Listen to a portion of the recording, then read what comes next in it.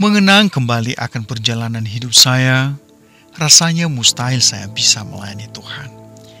Saya memang terlahir dalam keluarga Kristen, aktif dalam berbagai kegiatan gerejawi, tetapi sesungguhnya kehidupan saya tidak mencerminkan kehidupan Kristus, karena kehidupan saya dikendalikan oleh keinginan duniawi. Merokok dan mabuk-mabukan adalah pekerjaan harian saya.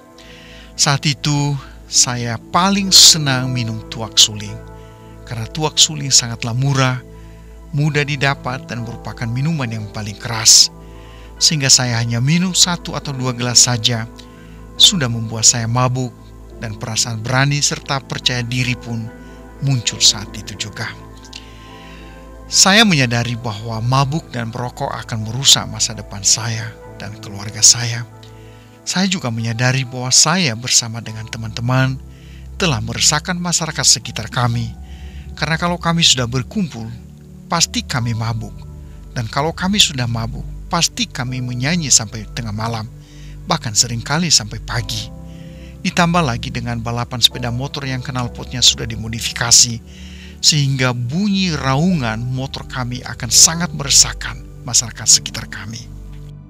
Ada titik di mana saya berusaha untuk berhenti dari kehidupan seperti ini, tetapi tidak pernah berhasil.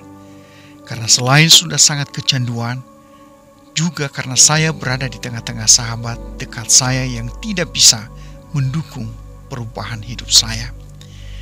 Puji Tuhan, suatu hari seperti biasanya, jam 5 sore pada hari Senin, setelah selesai semua kegiatan pasar, saya duduk santai di depan rumah kami, ditemani segelas kopi dan gitar sambil menunggu teman-teman lain bergabung dengan saya.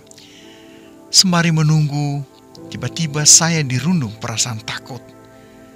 Karena seperti ada yang berbicara kepada saya dengan berkata, "Apa gunanya kamu mengumpulkan harta kalau pada akhirnya kamu masuk neraka? Semua yang kamu kumpulkan saat ini akan kamu tinggalkan." Karena pada waktu itu saya membuka sebuah usaha kecil-kecilan di rumah dengan harapan usaha tersebut akan menjadi sumber keuangan saya, apalagi karena rumah kami berada di tengah-tengah pasar. Mendengar suara itu, saya berusaha mengabaikannya karena saya tidak ingin pikiran dan perasaan saya terganggu, yang kemudian menjadi ancaman bagi pergaulan saya dan juga bagi usaha kecil yang saya rintis saat itu. Seminggu kemudian, di tempat yang sama, dalam suasana yang sama, kata-kata itu datang lagi kepada saya, tetapi lagi-lagi saya berusaha untuk cuek, tenang, dan mengalihkan pikiran saya kepada hal-hal yang lain. Tetapi Tuhan begitu mengasihi saya. Dia tidak pernah menyerah untuk mencari dan menyelamatkan saya dengan caranya. Hari-hari selanjutnya, saya mengalami kegelisahan dalam hidup. Setiap kali saya mau memulai untuk bekerja dan menata masa depan saya, kegelisahan itu datang. Ada saja perasaan bahwa apapun yang saya dapatkan atau lakukan tidak akan ada gunanya. Akibatnya, saya mulai malas bekerja, inginnya hanya tidur saja, dan kalau sudah bangun nongkrong lagi dengan teman-teman, dan begitu seterusnya. Kegelisahan ini terus mengusik kehidupan saya, ditambah lagi dengan beberapa peristiwa lain yang saya yakini merupakan teguran keras dari Tuhan. Singkat cerita, akhirnya saya mulai berdoa dan membaca Alkitab, dan ayat yang saya baca saat itu terambil dari Matius 16 ayat 26 yang mengatakan, "Apa gunanya seorang memperoleh seluruh dunia tetapi kehilangan nyawanya? Dan apakah yang dapat diberikannya sebagai ganti nyawanya?" Ayat ini benar-benar menyadarkan saya bahwa Tuhan menginginkan saya untuk hidup bagi Dia.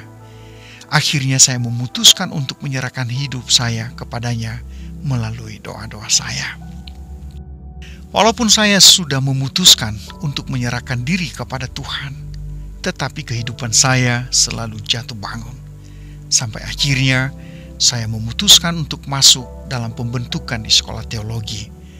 Bagaimana saya bisa masuk dalam pembentukan di sekolah teologi? Saksikan kisah saya di video berikutnya. Tuhan Yesus memberkati.